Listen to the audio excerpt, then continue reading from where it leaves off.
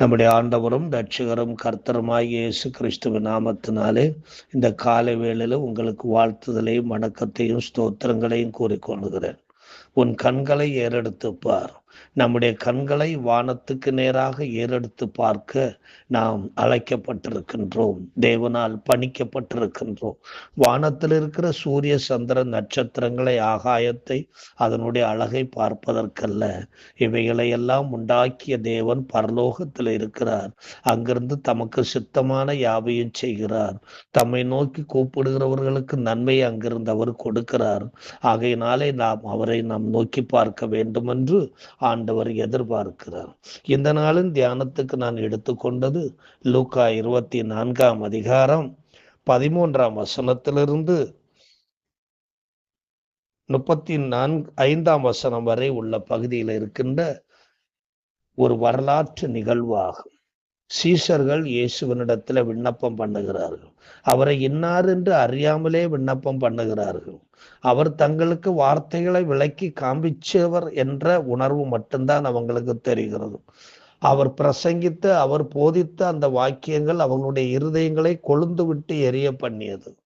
ஆகையினாலே அவர் அப்புறம் போகிறவர் போல காணப்பட்டார். அப்பொழுது சீஷர்கள் அவரை பார்த்து சொல்லுகிறார்கள், நீர் எங்களோடு, லூக்கா 24ஆம் அதிகாரம் 29ஆம் வசனம், நீர் எங்களுடனே தங்கியிரும், சாயங்காலம் ஆயிற்று, பொழுதும் போயிற்று என்று அவரை வருந்தி கேட்டுக்கொண்டார்கள். அவர் யார் என்று அவர்களுக்கு தெரியவில்லை. அவர்கள் அவரை கூப்பிடுகிறார்கள். வேதத்தில் உள்ள எல்லா மறைபொருட்களையும் எடுத்து அவர்களுக்கு உபதேசித்திருக்கின்றார். கிறிஸ்து பாடுபடவும் தமது மகிமையில் பிரவேசிக்கவும் வேண்டியதில்லையா என்று சொல்லி மோசே முதலிய சகல தீர்க்கதரிசிகளும் எழுதின வேத வாக்கியங்கள் எல்லாவற்றிலும் தம்மை குறித்து சொல்லியவைகள் அவர்களுக்கு விவரித்து காண்பித்தார். இப்படி அவர் விவரித்து காண்பித்த போது அவருடைய இருதயம் அவர்களுக்குள்ளே கொழுந்து விட்டு எரிந்தது என்று 32ஆம் வசனத்திலே வாசிக்கிறோம். இவ்விதமாய் இருதயத்திலே அனல் கொண்டார்கள். இயேசு கிறிஸ்துவனுடைய செய்தியை கேட்ட பொழுது, அவருடைய பிரசங்கத்தை கேட்ட பொழுது அவர்களுடைய இருதயம் கொழுந்து விட்டு எரிய ஆரம்பித்தது. அவர்களுக்குள்ளே அனல் கொண்டார்கள், உற்சாகம் அடைந்தார்கள். இயேசு கிறிஸ்து மரித்து போனார் என்ற அந்த உணர்விலே துக்கத்தோடும் வேதனையோடும் வேண்டா வெறுப்புகளோடு வாழ்ந்து கொண்டிருந்த இந்த 4 நாட்களாக சோர்ந்து போன இருதயம் உள்ளவர்களாய் இருந்த அவர்களுக்கு வேதத்தின் மறைபொருட்களை எடுத்து விளக்கி காண்பித்த போது அவர்களுடைய இருதயம் திரும்பவும் அனல் கொண்டு இயேசுவோடு தாங்கள் இருப்பதை போல உணர்ந்தார்கள்.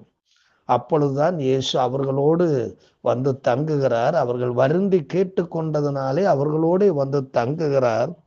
அவர் அவர்களுக்கு முன்னாடி பந்தி இருந்து அவர்களுக்கு அப்பத்தை எடுத்து ஆசீர்வதித்து பிட்டு அவர்களுக்கு கொடுத்தார். அப்பொழுது அவர்களுடைய கண்கள் திறக்கப்பட்டு அவரை இயேசு என்று அறிந்து கொண்டார்கள். அன்பான தேவனுடைய பிள்ளைகளே, இந்த நிகழ்ச்சியை நாம் பார்க்கும் பொழுது எருசலேமிலிருந்து 7.5 மைல் தொலைவில் உள்ள எம்மாவூர் என்கிற ஒரு ஊருக்கு பேதுருவும் கிலெயோப்பா என்கிற இயேசுவின் ஒரு சீசனும் பிரயாணம் போகிறார்கள். இயேசு கிறிஸ்து உயிர்த்தெழுந்த அன்று மாலை பொழுதிலே போகும் பொழுது இருவரும் ஒருவருக்கொருவர் உலக காரியங்களை குறித்து பேசாதபடிக்கு, குடும்ப காரியங்களை குறித்து பேசாதபடிக்கு, இயேசு கிறிஸ்து மரித்து உயிர்த்தெழுந்த காரியங்களை குறித்து பேசுகிறார்கள். பேசிக்கொண்டே போகிறார்கள். ஒருத்தர் பேதுரு சொல்ற, கிலெயோப்பா சொல்ற, நீங்க எது போனீங்களே?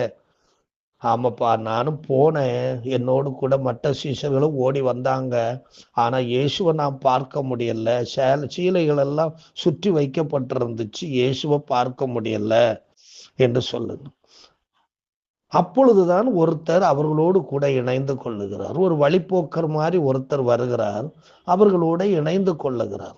அவர்களுக்கு அவர் இயேசு என்று தெரியவில்லை. ஆனா இயேசுவுக்கு தம்மை குறித்து பிள்ளைகள் விசுவாசம் இல்லாமல் மாறுபாடா பேசி கொண்டிருப்பதை எங்கோ இருந்த இயேசுவினுடைய ஆவியிலே உணர்ந்து உடனே அவர்களோட இயேசு இணைந்து கொள்ளுகிறார்.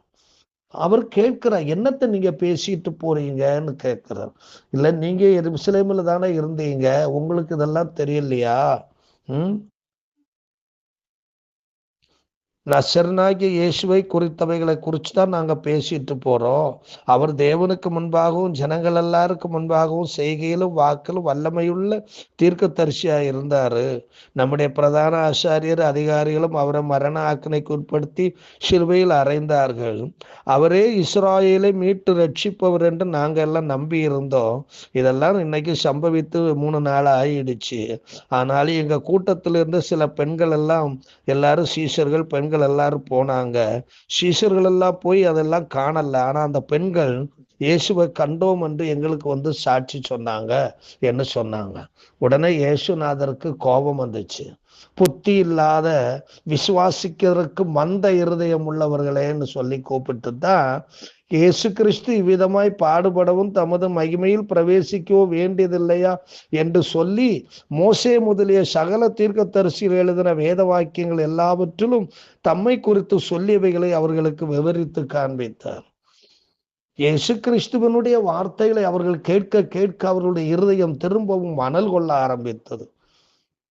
4 நாட்களாய் இயேசு கிறிஸ்துவை குறித்து அவர் மேல உள்ள விசுவாசம், நம்பிக்கை, அவரோடு 3.5 வருஷம் பழகிய பழக்கம் எல்லாத்தையும் தொலைத்து போட்டவர்களாய் பின்மாற்றத்தின் அனுபவத்தில் இருந்தவர்களுக்கு இயேசு கிறிஸ்துவனுடைய வார்த்தைகள் அவர்களுக்குள்ளே வந்த பொழுது மறுபடியும் அவர்களுக்குள்ளே இருதயம் அனல் கொள்ள ஆரம்பித்தது. இன்றைக்கு இவர்களைப் போலவே நம்மிலும் அநேகர் விசுவாசத்திலும் தெய்வீக அன்பிலும் ஆவிக்குரிய காரியங்களிலும் நற்கிரியைகளிலும் உற்சாகம் இழந்தவர்களைப் போல காணப்படுவோம் என்றால், கர்த்தருடைய வாக்கியங்களை பிரசங்கிக்கும் போது, கர்த்தருடைய வாக்கியங்களை கேட்கும் பொழுது இருதயத்திலே அனல் உண்டாகும்படியாய் ஆவியானவர் கிரியை செய்வதற்கு நாம் இடம் கொடுக்க வேண்டும். இவர்கள் அவ்விதமாய் இடம் கொடுத்தார்கள். இயேசுவை முகமுகமாய் தரிசித்தார்கள்.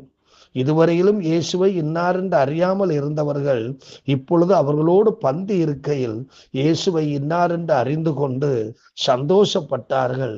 அவரை பணிந்து கொண்டார்கள். அவரை குறித்து சீஷர்களுக்கு சொல்லுவதற்கு ஓடினார்கள். அன்பான தேவனுடைய பிள்ளைகளே, இயேசு கிறிஸ்துவை குறித்து நாம் எந்த அளவுக்கு அறிந்து கொள்ளும்படியாய் நம் இருதயத்தை ஆயத்தமாக்குகிறோமோ, நம்முடைய செவிகளை ஆண்டவருடைய வசனங்களை கேட்கும்படியாக ஆயத்தம் செய்கிறோமோ, அந்த அளவுக்கு நம்முடைய இருதயம் நமக்குள்ளே அனல் கொள்ளும். நமக்குள்ளாய் கர்த்தருடைய வசனத்தினால் உண்டாகிற அனல் வராவிட்டால் நம்முடைய வாழ்க்கையில ஆண்டவரை கண்டுகொள்வதற்கும் அவரை அறிந்து கொள்வதற்கும் இயலாமல் போகும். அவர் நம்மோடு தங்க வேண்டுமென்றால் நாம் அவரை நம்மிடத்திலே அழைக்க வேண்டும். அவருடைய வார்த்தைகளை நாம் அறிந்து உணர வேண்டும். இப்ப சீஷர்களுக்கு அவர் வார்த்தைகளை எடுத்து விளக்கி காண்பிச்ச போதுதான், வழிபோக்கனாலும் பரவாயில்ல, நீங்க எங்களோட தங்கிட்டு இன்னும் எங்களுக்கு சில காரியங்களை சொல்லுங்கன்னு அவரை தங்களுடைய வீட்டிலே அழைத்து கொண்டார்கள். அவர்களுடைய இருதயம் கொழுந்து விட்டு எரிய அவருடைய வசனங்கள் அவர்களுக்குள்ளே ஆழமாய் வேறு உண்ட ஆரம்பித்தது. அவரை தரிசிக்கும்படியாய், அவரை அறியும்படியாய் அவருடைய பந்தியில் அவர்கள் இணைந்து கொண்டார்கள். அப்பொழுது அவர்கள் அவரை அறிந்து கொண்டார்கள், சாட்சியாய் மாறினார்கள். அன்பான தேவனுடைய பிள்ளைகளை, கர்த்தருடைய வாக்கியங்களுக்கு இடம் கொடுத்து ஆண்டவருடைய சமூகத்துல தரித்திருந்து ஜெபித்து ஆண்டவருடைய வசனங்களினால் நம் இருதயம் அனல் கொள்ளாவிட்டால் ஆண்டவரை அறிந்து கொள்வதும் அவரோடு பந்தியில் இணைந்து கொள்வதும் அவர் நம்முடைய வீட்டில் வந்து தங்குவதும் இயலாத காரியமாகிவிடும். ஆகையினாலே ஆண்டவருடைய சமூகத்துல தரித்திருந்து அவருடைய வசனங்களை தியானித்து நம்முடைய இருதயம் கொழிந்து விட்டு எரியும்படியாய் பரிசுத்த ஆவியானவருக்கு நாம் இடம் கொடுப்போம் என்றால் நிச்சயமாய் நாம் அவரை தரிசிப்போம், அவரை முகமுகமாய் தரிசிப்போம். இவ்விதமான கொழுந்து விட்டு எரியக்கூடிய அனுபவம் அன்றாடம் நம்முடைய வாழ்க்கையிலே இருக்கும் பொழுதுதான் நாம் மரிக்கியது வரையிலும் வசனத்தினாலும் ஆவியினாலும் உண்டாகிற அனல் நமக்குள்ள இருந்தால் மட்டுமே நாம் பரலோக ராஜ்யத்தில் அவரை தரிசிக்க போக முடியும். அன்பு நிறைந்த ஆண்டவரே, இந்த காலை வேளையில உம்மை நன்றியோடு ஸ்தோத்திரிக்கிறோம்.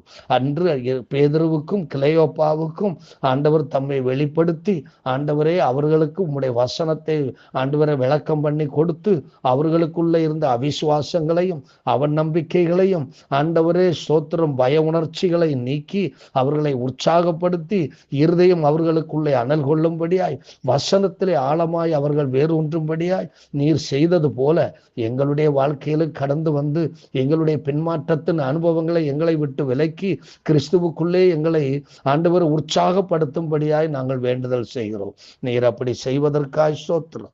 இயேசு கிறிஸ்துவின் மூலம் கேட்கிறோம் இரக்க நிறைந்த பரமபிதாவே. ஆமென். God bless you.